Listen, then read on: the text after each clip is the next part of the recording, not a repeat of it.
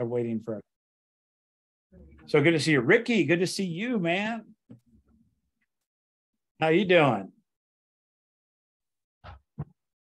I'm doing fantastic. Thank you. It's good to see you.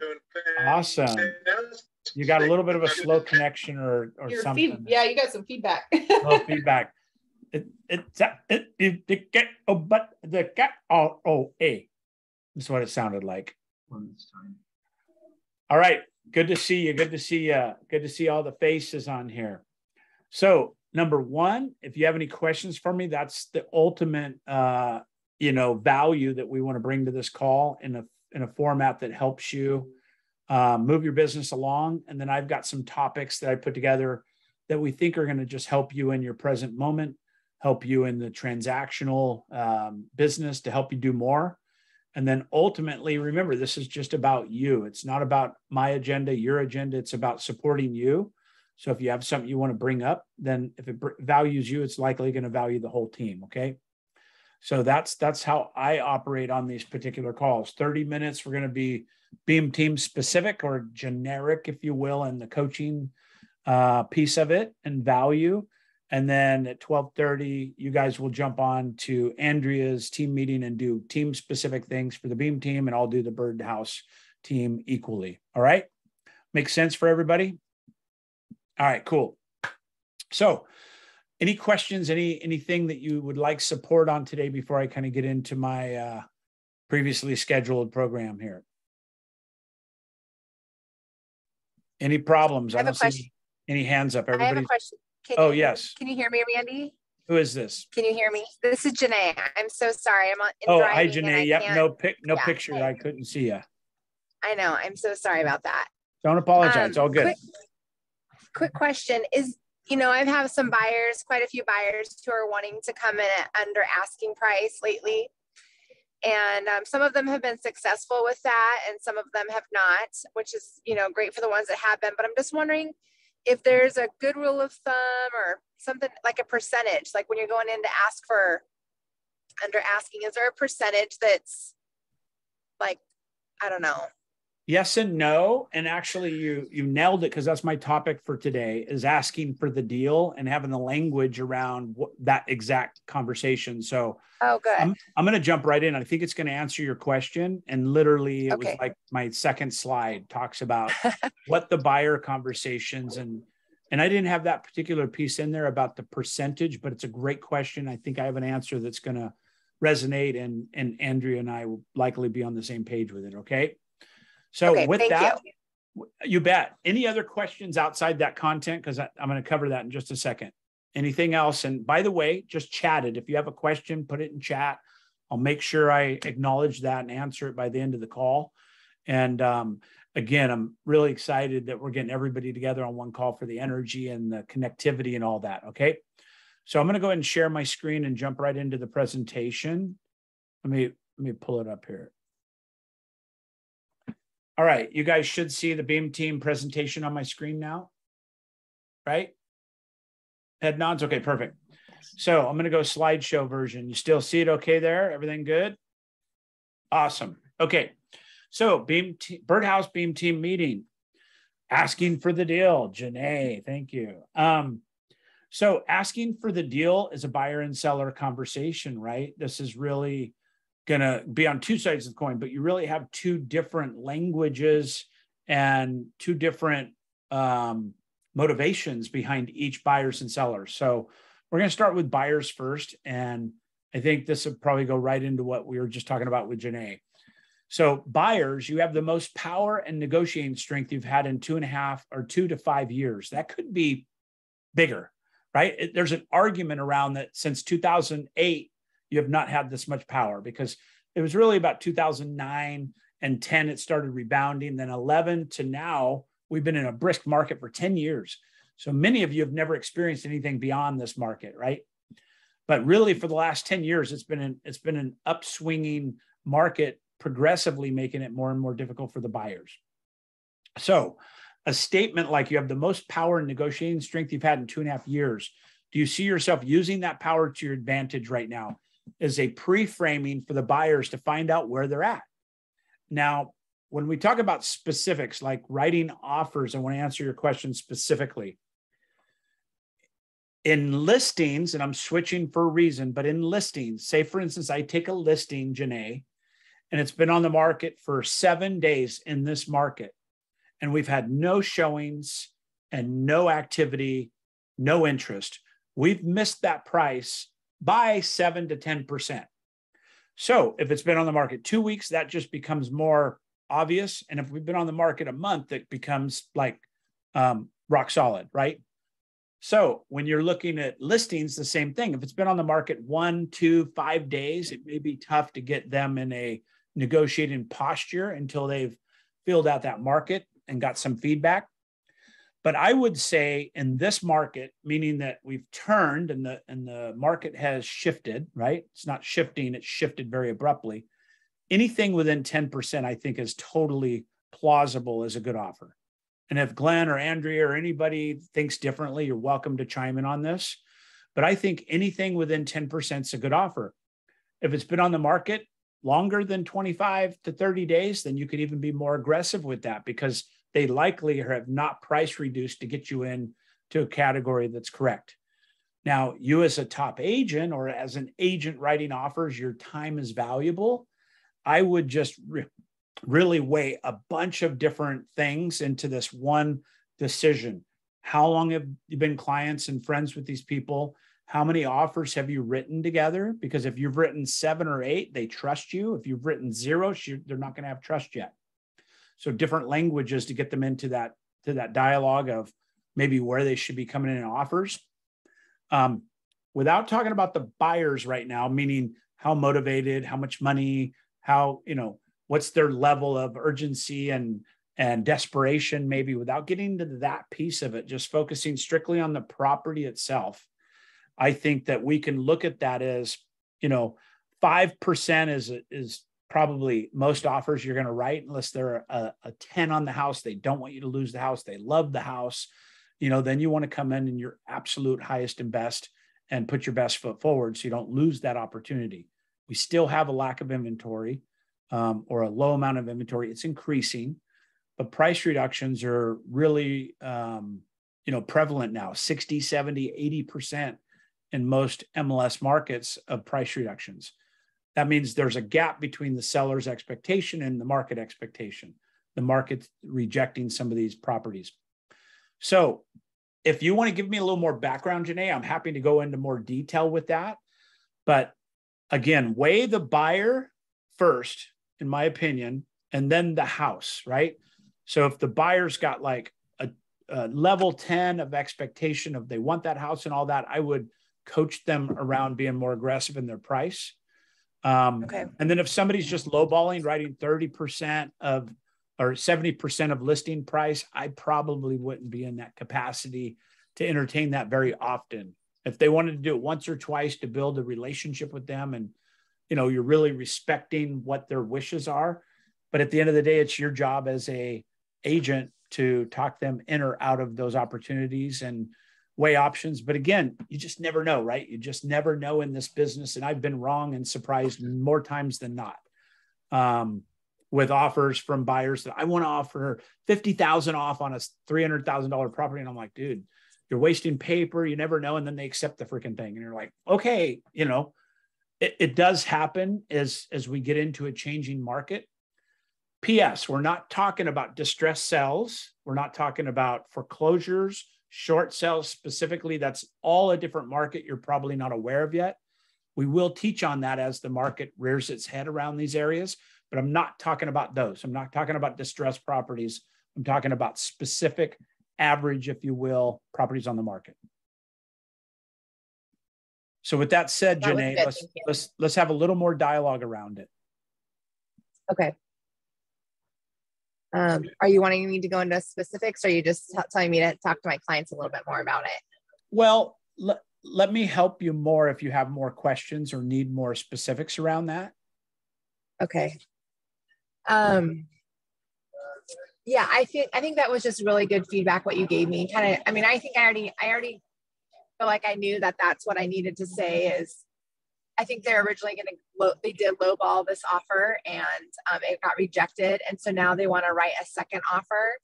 And initially they were like, well, I think we'll ask, because we kind of know what the client's bottom number is. We know what the seller's bottom number is. You do know what the seller's bottom number is?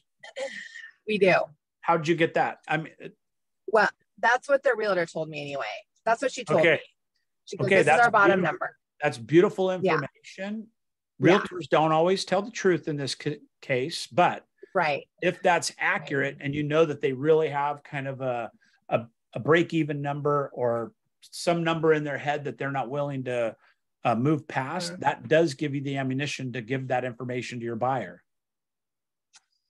Yeah. And so, yeah, that's kind of where I'm stuck, is like, you're right. Is this truth, or can we go? So my clients initially were like, well, yeah, we'll offer that because they really want the house.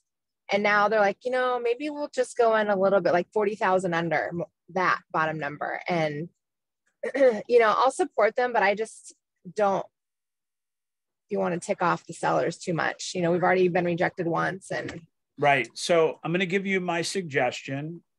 Don't worry about the sellers. I don't worry about the sellers at all, right? You're representing fiduciarily the buyers. And I'm not getting into the, like, you really need to take care of your buyers. I'm not doing that. I'm saying just from a power posture, right? Yeah. Okay. Forget about the sellers. We don't care about them. We care about every dollar we can save the buyers in this particular case, the side of the coin that you're on. So with that being said, if they're good clients and they're being respectful and they're wanting to keep putting offers in, I would keep putting offers in if you have that relationship with them. Okay. And let's just say, can you give me parameters without being too specific about the particular property and offer? Like 500,000, they're asking blank. It's like a 1.7 asking, and they're wanting to go into like 1.53. Okay, so the reason I ask is because you just changed the equation a little bit. Luxury is getting hit the most, so luxury is slowed down the most. And so if we're talking about a $400,000 3.2 in Albany with a 2-car garage, that's a different story than what you're talking about. I would be ultimately aggressive on that offer and feel fine doing it, because they're likely not getting others. Have they provided feedback about other offers or anything? They have. They had somebody who was very interested, and then that particular person didn't end up writing an offer because, they had a life tragedy and they backed out. And so it is a very unique property. And so I don't know how many buyers and offers they will be getting, but I'm sure if they lower the price, that might attract more people. Yeah. So if they have to lower the price using my strategy, they have to lower the price about $150,000. Right. So mathematically, they're lowering the price 3 to 7% if they've had some activity and you wrote an offer, maybe somebody else. So you see that why there's so many variables to this statement, right? Very unique property, luxury being 2 or 3 times average sales price. That one's well above that. Geographical location. How long on the market roughly? Oh goodness, I haven't looked lately. Okay. I'm going to say probably on the spot. I'm just curious. Yeah, 20 so some days. Let's maybe. say 1.7, been on the market 35, 45 days. I would not bat an eye about writing a 1.4 offer. Okay. Not at all. Maybe even more aggressive or in that parameter. And then if they counter, if they just reject it flat out, then sometimes you wait a few days, a week, and put in another offer, moving it up just a little bit.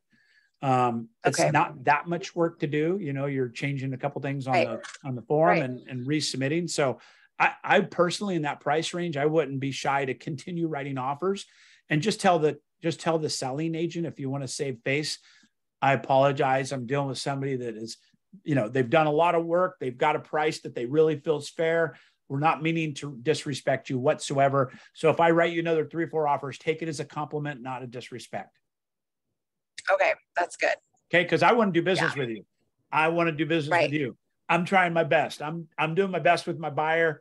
They're kind of dragging their heels in the mud a little bit, and the market's changed a lot. I don't need to tell you about that. You're trying to look as good as you can to the sellers, right? I want you to save face with them as well, and know that we're not wasting your time and certainly not being disrespectful, right? That conversation will go a long way with you. Okay. Yeah, that's good. Thank you. You bet. Okay. Hopefully that helps everybody on the call. Any questions or any takeaways from that before we go to the seller kind of conversation?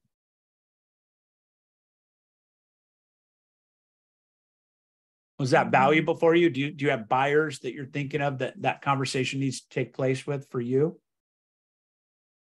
I see some heads. To back up what you're talking about in there, it really goes back to, it's asking a lot of questions, right? It's asking questions of the listing agent. It's asking questions of your buyers. If the buyers, if they lose out on this deal, are they going to kick themselves in the butt in 10 days, right? In 20 or 30 days or whatever? Are they going to come back to this and go, man, I wish I would have fill in the blank, right? Absolutely. And so it's a lot of it is less about us telling them what to do. And a lot of it is them asking questions that get them honestly to that self-realization. But on the listing side of it, it's knowing all those parameters. It's knowing, okay, how long has this sat on the market? How many offers have you gotten, Mr. Listing Agent? Were they asking price offers? A lot of these questions, we don't ask them because we don't think the agent will tell us. Yeah. But you don't know if you don't ask. And that's right. Crazy thing is, like 50% of the time, an agent will tell you. And it's surprising to me. I'll be honest, it's surprising to me that many will tell you. And that is information that will help you inform your client on maybe either what to expect or what could happen or what their options are. But it really comes back to asking a heck of a lot of questions of all parties involved. You can't advise if you don't first ask a lot of questions. Such great advice, Andrea. And, what I want you to think about is the other side of this as well. The questions are really important, and agents will give you way more information than they should, and sellers will as well, which I've always used to our advantage, right? There's a way to do that as well. I love going to properties, and sometimes a selling agent just goes, yeah, the seller's there, don't worry about it. And I ask a lot of questions. That's, it's not my job to tell him to be there. But remember, he also took this listing 30 days ago, telling the seller he can get 1.7 million, right? So he has a posture to protect as well. And anything significantly less than that makes him look bad. So giving him comps, or you guys working together on comps and different languages that you can go back to the seller and talk about. Could be articles on the market, could be how many price reductions there are, tangible stuff that you can deliver to him that he might even have a fiduciary responsibility to deliver to his seller. But you see how we can help him win as well, because sometimes you just go in there thinking you're being a baller, and the agent's like, I'm looking like a jerk here to my sellers, right? I have to protect them. And so he's going to defend that posture to where if you could diffuse that and remove that barrier, it's very valuable. Okay. Awesome. I love it. So let's go to the next. So seller scripts, right? Seller, the other side of the coin. Now put yourself in that capacity. You have a $1.7 million listing, or you have a seller that you're talking to about taking advantage of this market. And something quick I just put together this morning is sellers. We experienced the best market in memory. The top of that market was about 2 to 3 months ago. Some sellers may have to wait this downturn and recession out, which may be years. Are you in a position and interested in getting the most for your home now versus gambling on the future, right? It could be a powerful statement to somebody that's on the fence about listing. It could be powerful to talk to somebody that's a seller opportunity. And it could be an opportunity to talk to a current listing that is having challenges with, getting the offers and the expectation that was there a few months ago, which is 100,000 over asking price and all this craziness, right? So probably more for Glenn, Andrea, and Janae, and some of the people that have listings and going on now. But I think it's important to understand the two dynamics between the two separate parties we're talking to, and how it sounds like the language is quite different for them, but it's really somewhat the same, right? The sellers, the best markets behind them. They likely have a couple years before we're going to see any kind of a recovery that puts them in a very brisk seller's market again. I believe we're going to go squarely into a buyer's market, which is 4 months worth of inventory or beyond. And I think we're going to hit that very, very quickly. Andrea, I didn't look. Do you know what the saturation is now? I didn't look at it. I haven't looked at last month's numbers, but we were sitting at about a month and a half, which was up from about 14 days. Yep. So I would venture to guess we're sitting a little over 2 months now, if I had to guess. It 3.5 x'd means it went from 14 days to just over a month and a half in less than 30 days. And I'd say that we're probably now getting well over 2 months of inventory and moving into that 3 and 4 month category. So we're very close to that buyer's market. My crystal ball, which nobody has one, but my crystal ball is we're going to see a buyer's market. We're going to get into this 8, 9, 10 month worth of inventory again as inventory increases. Unless we get inflation, all this under control, we're going to get more interest rates, which, you know, we're already in a recession for many measurements, but I think all that is going to see us be in a housing winter for the next, 18 months to maybe 24 months. That's not a scare thing. There's a lot of opportunities in there for both buyers and sellers, the opportunities moving away and putting it further down the road. So it really depends on who your client is in that conversation. But back to Janae's question, if we come from it from an approach of, hey, let me ask a lot of questions, how motivated are you to sell on a scale of 1 to 10, 10 being you absolutely have to sell this and have to be moved in 90 days. That's a 10. And a 1 is you don't care if you ever sell it. If you don't get your number, it's just not interested whatsoever. Matter of fact, you're even on the fence at a 1, 2, or a 3, right? That language is valuable, so you can forward pace them into expectations and what's really happening in the market and what can be expected. Okay. An opportunity I wanted to share with you guys just real quick is FSBOs. There's a lot of opportunities within FSBOs, and I'm doing a training today on FSBOs with my team, and I did that on my coaching call today as well. Because FSBOs, there's a mindset and a specific mentality around that. They want to save commission dollars. They think they could do it on their own, and they could in the last few years. The last 5 years have been a really strong FSBO market, and that's why a lot of the low-cost brokerages and some of these things have really done well and prevailed, is because if you could drop a for sale sign in your front yard on accident, you could sell a home. But the change of the market has changed it for FSBOs. It's going to be more important than ever that they have the professionalism and marketing skill set and ability of you, not only the MLS capacity, but actually the marketing capacity and getting it out there to more people to bring in more money. So just a couple quick takeaways with this. And again, we could provide these slides for you. We record all these things. But, if you're talking to a FSBO, just say, any luck selling your Rancho Villa property, and is it still available, right? Kind of the first thing. I called 2 today live, and they were both sold. So question, if I bring you a buyer and we successfully close escrow, are you willing to pay half of a commission? This language is very important, so wait for the answer. They're likely to say, yeah, we'd be willing to pay half of a commission. Some say, no, we're going to do this on our own.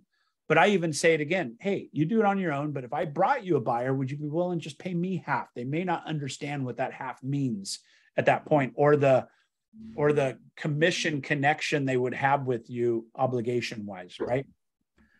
If they're open to that at all, if they're open to that whatsoever, schedule a time to go out. Don't get into a closing conversation with them yet. Don't get into that language. Just say, hey, I'd love to come by, take a look at that. I did this exactly same program last week with the for sale by owner.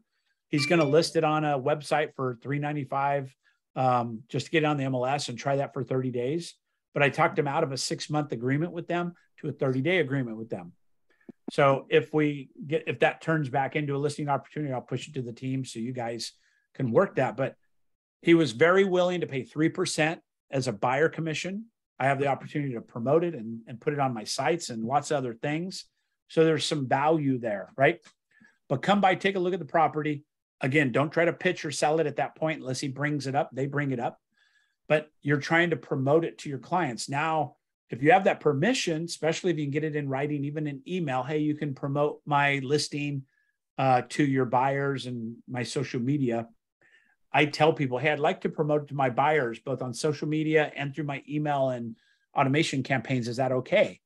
And if they say yes, that gives me permission to put it on my site, right? So you can create some for sale by owner activity business very easily with this.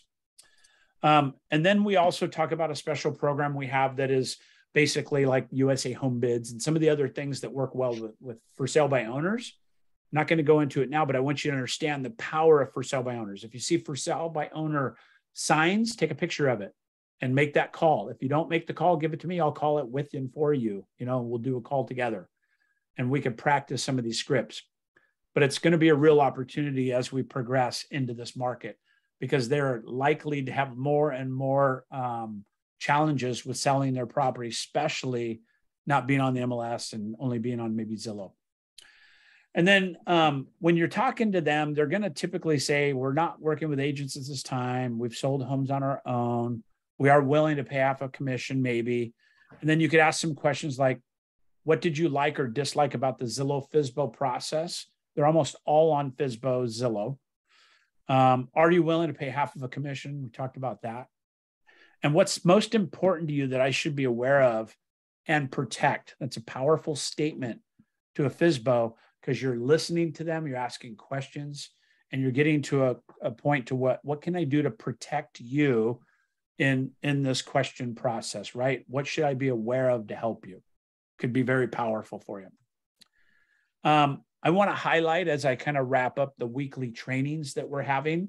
A lot of people are still not tracking with the trainings. We've changed them a couple times, I understand. But KV Core Mastery is on Mondays, and it is every other week. So it's bi-weekly. And we dig into all things pretty much free in KV Core: squeeze pages, other pages, market reports, all that stuff. We record them. We put them all on our workplace and Facebook groups as well. Nikita does a great job with that.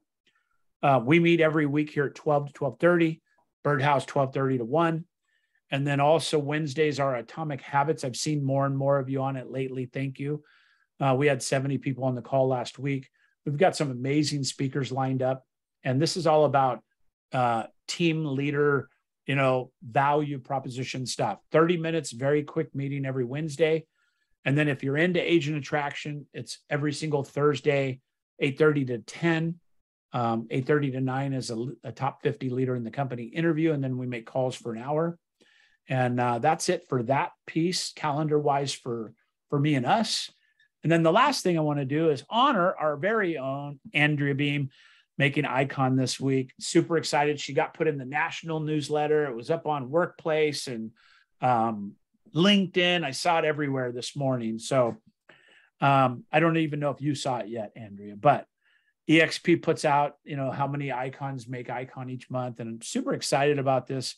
It's really an accomplishment, as well as it's taken advantage of the value proposition very well.